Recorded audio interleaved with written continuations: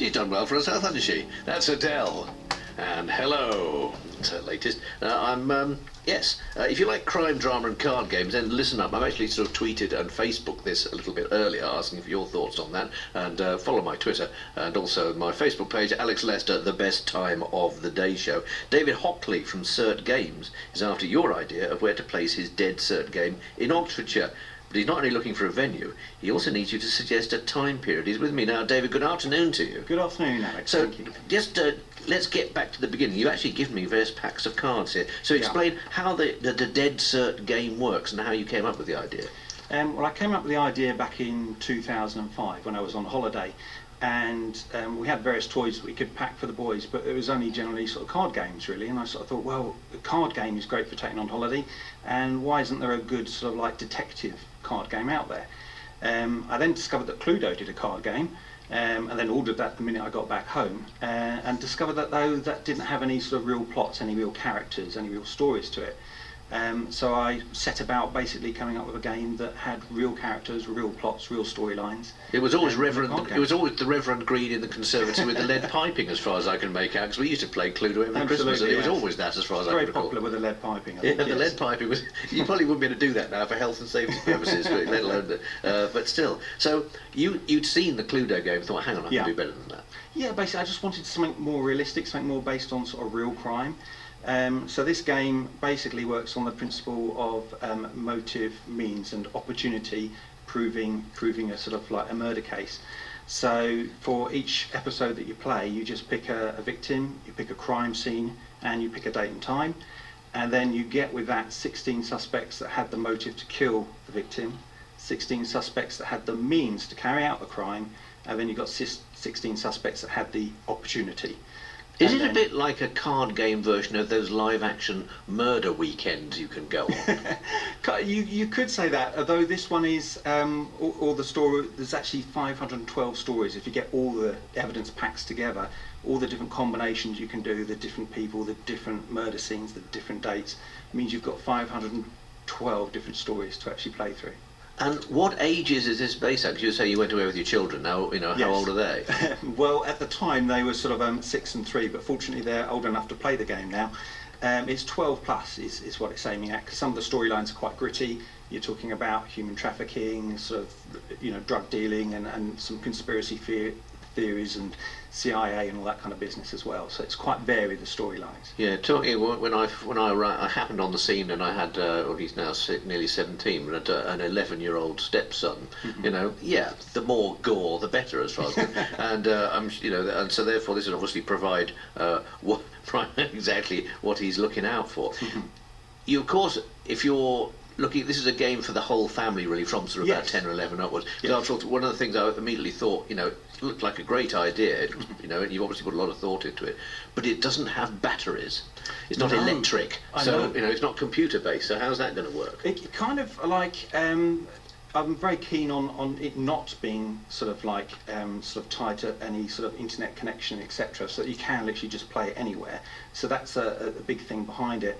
But also what I'm hoping to do in the future is on the website have stories that go into a bit more detail about some of these murders.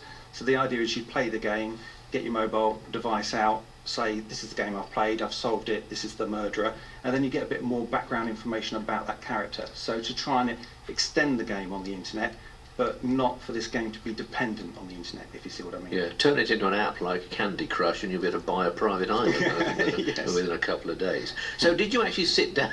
Must be odd at your house, actually. Don't disturb Dad, he's thinking up some grisly murders in the spare room. Did you actually sit in a dark, hunched over your desk, trying to work out all these different scenarios?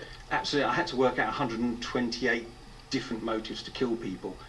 So that was quite a scary sort of process, and then when I was writing the characters, I could only write about 4 suspects a day before my head was just full of too many murderous thoughts, really, and then I didn't sleep well. So yes, it was a little bit disturbed at the Your time. dad's hobby's keeping him awake at the moment. Yeah, I suppose that must be because also you're having to do so many.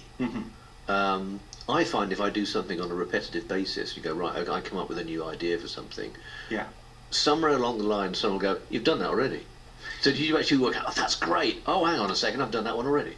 Yeah, literally all 128 had to be pretty different. I had them all listed.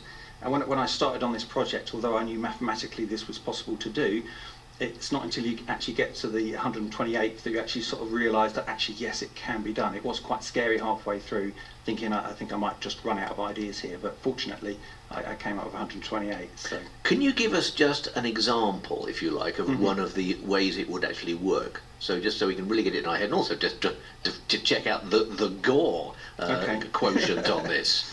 Okay, so the idea is that, for example, you might have one of your victims, you might choose is Edward Quincy, who's a financier, and you might choose the London Eye as a sniper shot, James Bond style really, and you might choose the date of the 12th of June.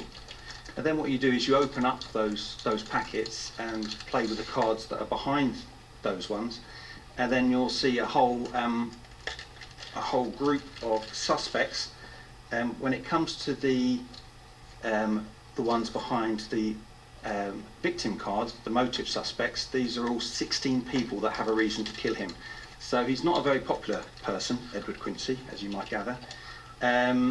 And then when it comes to the London Eye, you've got 16 people that have the skill set to actually do that sniper shoot from the roof of the Shell Centre building and shoot someone while they're actually on the London Eye.